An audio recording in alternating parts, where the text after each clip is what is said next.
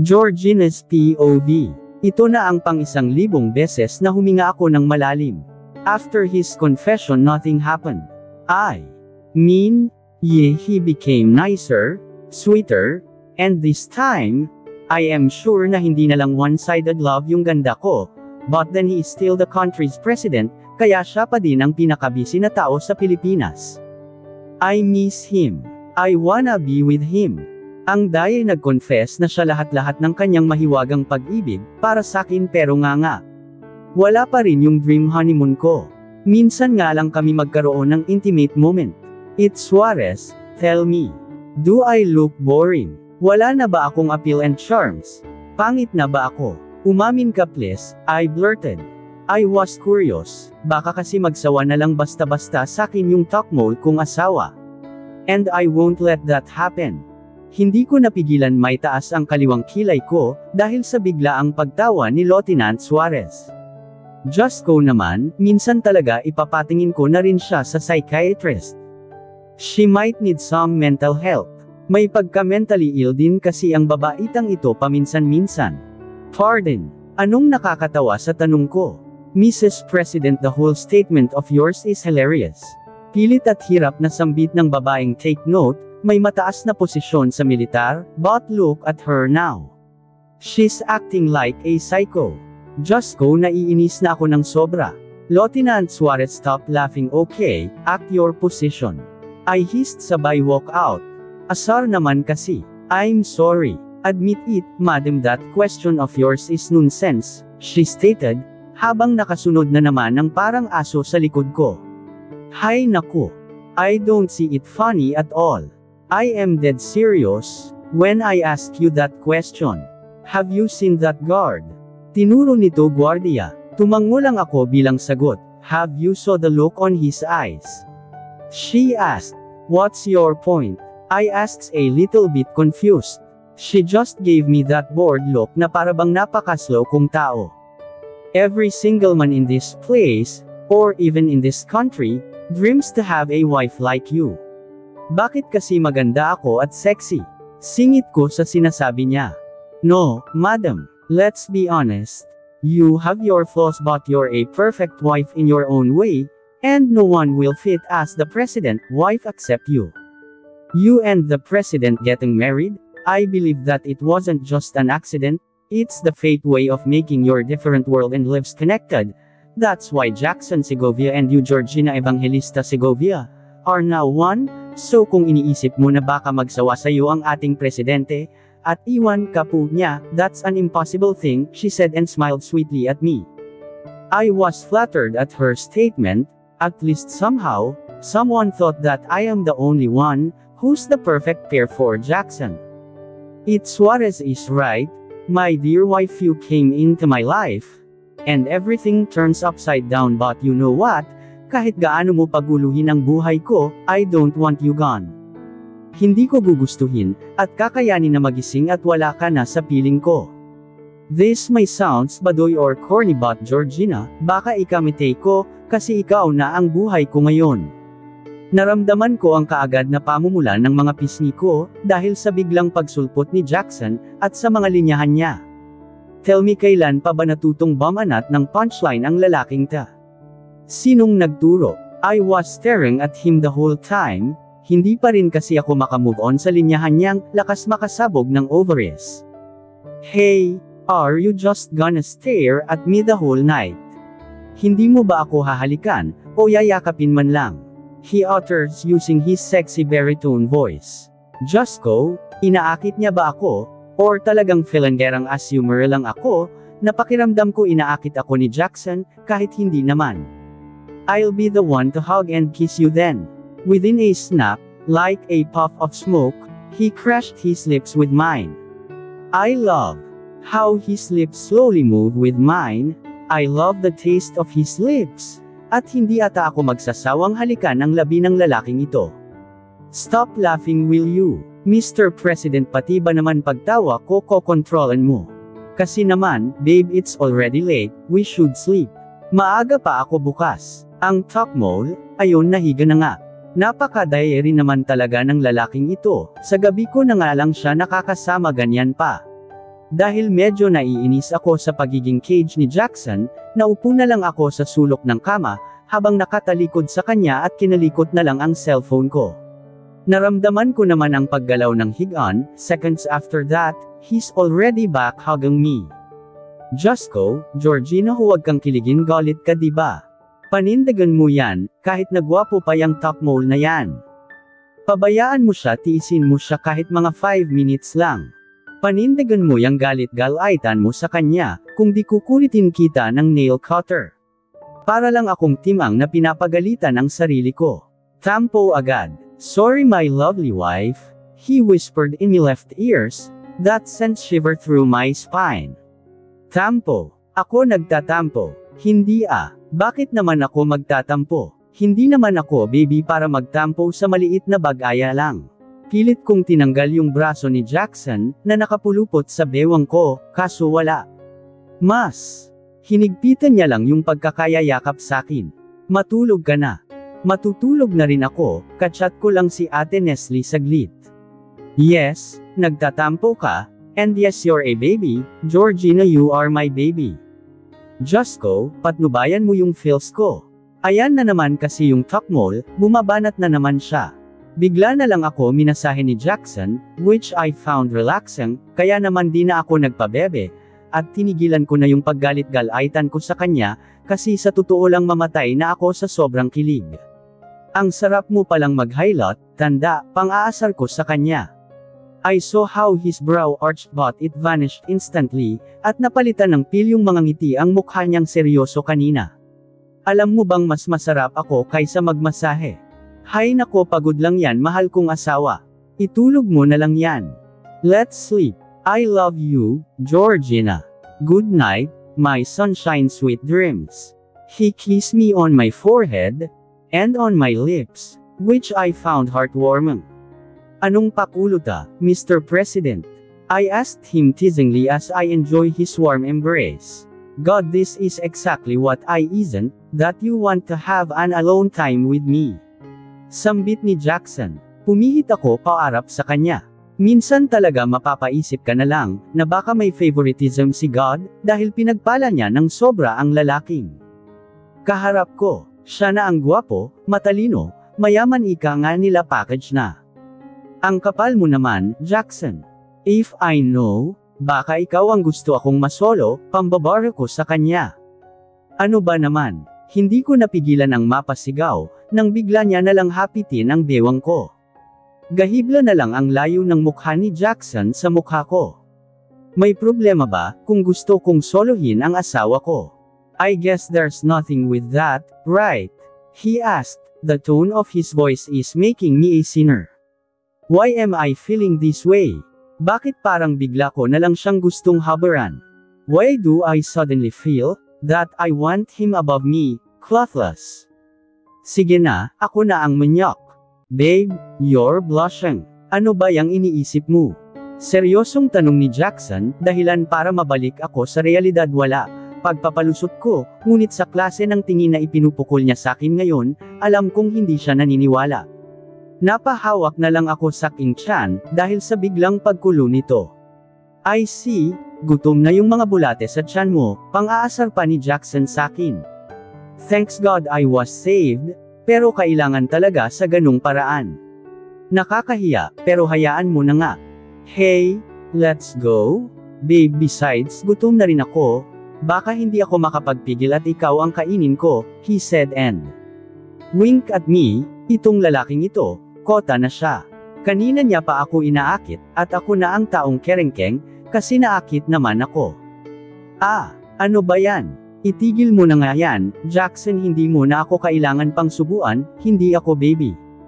I know, but I want to do it, so let me, wife, he said and flashed a smile on his face, that made my heart skip a beat.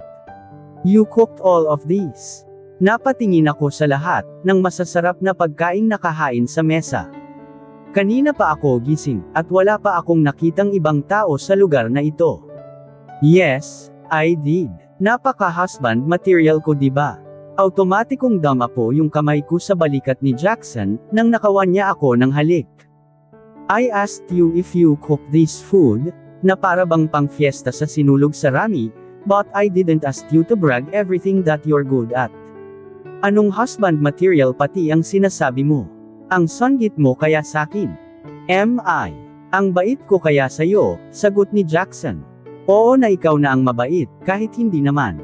Babe, napairit ako, nang maramdaman ko ang kamay ni Jackson, na gumagapang papasok sa loob ng t-shirt ko. What? Kay-no-senting tanong niya sakin, na para bang isa siyang maamong tupa. Minsan ang sarap din basagin ng mukha ng lalaking ito. Huwag mo nga akong mawatwat dyan, babe. Your hands, bakit ba pinapakialaman niya yung ano ko? Hindi ako makakain ng maayos, I hissed, but the crazy old man only laughed at my statement. But, Georgina, my hands want it there, they want to play with you, he reasoned out. May sariling utak yang mga kamay mo. Hindi niya na ako sinagot pa, at kahit na pinaglalaroan ng mga kamay ni Jackson ang ano ko, masasabi ko naman, na payapa kaming natapos kumain. Babe, nasaan pala tayo? He dumped a quick kiss on my forehead. Nasa private island tayo, na niregalo sakin ni Dad noong nag-18 ako. Sige, siya na talaga. Biruin mo isla ang pangregalo para sa birthday niya. Georgina. Tinapunan ko ng tingin si Jackson, habang naglalaro ako ng buhangin. Yes, babe. Why? He leaned closer to me. I love you, Mrs. President. He whispered in my right ear. I know, I love you too. Why are you smiling? Umiling lang si Jackson sakin, at muling dinampyan ng halik ang labi ko. It's funny, that I am so in love with you, when I don't believe in love at first. You don't believe in love. Bakit naman? You were born in this world, because of two people who's in love with each other, and you are the result of that love, I uttered and smiled at him. Nakita ko kung paano, napalitan ang ekspresyon sa mukha ni Jackson. No, babe, I am not the result of love, my parents, they don't love each other. Arranged marriage lang sila. I was born because my dad needs an heir, pero kung hindi, malamang walang Jackson Segovia sa mundong ito. Sorry, hindi ko alam, babe, napatungo na lang ako. Hinawakan ni Jackson ang baba ko, at dahan-dahan niyang inangat, don't be sorry, babe, pinaramdam mo sa akin kung paano, maging mahalaga ang pag-ibig sa buhay ng mga tao. Ang buhay na walang pag-ibig, ay parang lapis na di matalim, walang kwenta. Salamat mahal kong asawa, sa pag-ibig mo sa akin, na nagbibigay ng punto sa buhay ko. That was so sweet, komento ko. Minute after, that the two of us were sharing a sweet and passionate kiss, nakakakilig ang isa. Inipit ko ang mga kamay ko sa batok ni Jackson, at hinayla ko siya palapit, habang palalim ng palalim ang halikan namin. Mas naging malalim ang paghahalikan namin. He is kissing me torridly, and I am aware what will happen next. Babe, pumasok na tayo sa bahay, pagyaya ko sa kanya. Akmang tatayo na ako mula sa buhanginan, nang hilahin niya ako paupo sa kandanggan niya. No, babe, I want it here, I want to make love with you in this place. Hindi na ako nakapagreklamo pa, nang alisin ni Jackson ang damit na suot ko, pati na rin ang pang-ilalalim ko, at kaagad niya akong sinunggaban. Babe, that should be a sign of protest, pero pongol kong nasambit yun. This man, he's driving me crazy. Hindi ko napansin na natanggal na pala ng magaling kong asawa, ang lahat ng saplot sa katawan ko. Masasapak kita, Jackson, kapag may nakakita sa atin dito, asat ko sa kanya, habang patuloy niyang hinahalikan ang mga labi ko. No one will see you as, babe, tayong dalawa lang sa lugar na ito, he answered, at tinuon na ulit ang buong atensyon niya sa katawan ko. We make love, and the rest is history. Nasaan na yung mga damit ko? Pagsusungit ko, para mapagtakpan ang pagkahiya, dahil sa kalandi ang ginawa namin. Ito ba? Tanong nito, at ang gunggong na ito, sinuot pa yung underwear ko sa ulo niya. Akin na nga yan, puro ka talaga kalokohan, I hissed. Kaagad na akong nagbihis, at tumayo. Damn him and his body, iika-ika tuloy akong lumakad ngayon. Put me down, ano ba? Pagpoprotesta ko, nang bigla akong buhati ni Jackson, now wife, I know it hurts. Kaya babuhete na kita pabalik sa bahay, he whispered and kissed my forehead. Kaya naman nananahimik na lang ako. Babe, babe, napangiti ako, nang maisip ko, kung ano ang dapat kong gawin, para magising si Jackson, at yun ay ang kilitiin siya. Mula sa pagkakatayo sa gilid ng kama, ay pag-apang na pumunta ako sa may pwesto niya, at akmang kikilitiin na siya, nang bigla itong magmulat ng kanyang mga mata. Hinawakan niya ang palpulsuhan ko, gamit ang kaliwa niyang kamay, at ginamit naman niya ang kanan bilang pangilati sakin. Jackson, stop please. Ilang saglit pa, ay tinigilan niya na rin ang bewang ko, at niyakap na lang ito ng mahigpit. Diyos ko, ako pa yung nabiktima, ako dapat yung mga ngilati. Good morning, babe. Masayang bati niya sakin, habang pilit ko pa ring hinahabol ang hininga ko. Pesteng. Lalaki ito. Hey, he whispered softly in my ears, as he placed some strands of my hair at the back of it. I know that he's about to tell me something, pero dahin mo ko muna, siya priority kung makahinga. You're mad, he asked once again. Nilingan ko na si Jackson. This time only to saw the sadness in his eyes, but why? I'm not. Naghahabol ako ng hininga, dahil feeling ko, naubos lahat ng hangin sa katawan ko kakatawa. I replied, and kissed him on his cheeks, that makes him blush. Am I seeing this right? Marunong din palang kiligin ang lalaking ito. What is it? I asked. Bumangon na ako sa higaan, para mag-ipit ng buhok, at makapag-ayos man lang. Kaagad din naman itong sumunod sakin, at yamakap sa likuran ko. I was just wondering, if you wanna go outside. Libutin natin itong baryo. Pumihit ako paarap sa kanya, habang nakayakap pa rin si Jackson sakin, na parang tuko. Baryo. I thought it's a private island. Akala ko ba tayong dalawa lang ang nasa islang ito? Hoy, baka may nakakita sa ginawa natin sa dalampasigan kahapon. Sunod-sunod kong sinabi sa kanya, at talaga namang nakakunot na ang noo ko. Ano ba yan, nahahawa na ako sa lalaking ito. You're being paranoid? One question at a time, Georgina, he uttered. Sanggit niya na naman, I whisper. I am not, he answered firmly while staring at me. Look, we have to ride on a boat, and then we'll reach the island beside this island, iyon ang nagsisilbing sentro ng kalakalan sa probinsya na ito, he explained. Do you wanna go outside, and wander, or you just wanna stay here in our room with me? Oo na, tara na. Gusto kong makita yung kabilang isla, at saka pwede ba Mr. President, please? Yung kamanyakan mo pakibawasan ng county. What? Anong pervert?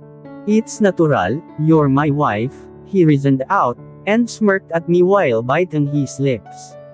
Temptation strikes again. Tumalikod na lang ako sa kanya, at dumiretso papunta sa CR, baka mamaya may iba na namang mangyari samin. Pwede kitang paliguan if you want, my dear. Pahabol na sambit ni Jackson. Nilingan ko siya saglit, at inirapan bago tuluyang pumasok sa CR at naligo. After almost 30 minutes, tapos na ako at nakapagbihis na rin. Nakita ko si Jackson sa may balkonahe.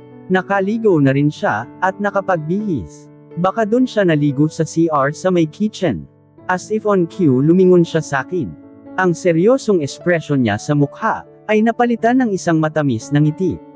You look astonishing, babe, as always. Lumapit siya sakin, at hahalikan pa sana ako, nang iharang ko ang palad ko sa aking bibig. Careful. I can't help but smile. Napaka-sweet talaga ng lalaking ito. Kailan ka pa natutong magpaandar ng yacht? I asked. I was 16 years old, when my mom taught me how to sail, he answered. Hinayla niya ang angkla ng yate. Your mom knows how to sail. That is cool, I uttered. He leaned closer to me, thinking that he is about to kiss me. I immediately closed my eyes, but I heard him release a soft chuckles. I opened my eyes, only to find him laughing like a fool. Hindi ka nakakatuwa, Mr. Segovia, I hissed. Bahagyang lumayo sa kanya. Oh, sorry your reaction, I find it cute, wife. Cute mo to. I just want to ask if you want to sail this yacht. He said. Napatigil ako sa paglalakad, at napalingon sa kanya. Bigla akong nakaramdam ng excitement. I really want to sail a yacht, kasama yon sa mga bucket list ko ever since. You will. Pero wala akong kaalam-alam sa pagpapaandar ng yate, baka masira, o di kaya mabangga tayo sa batuhan, tas huwag na lang pala nakakatakot. Napayuko na lang ako. Ilang saglit pa, naramdam ko ang paghaplos ni Jackson sa buhok ko, dahilan para tingnan ko siya. Do you think I will let that happen?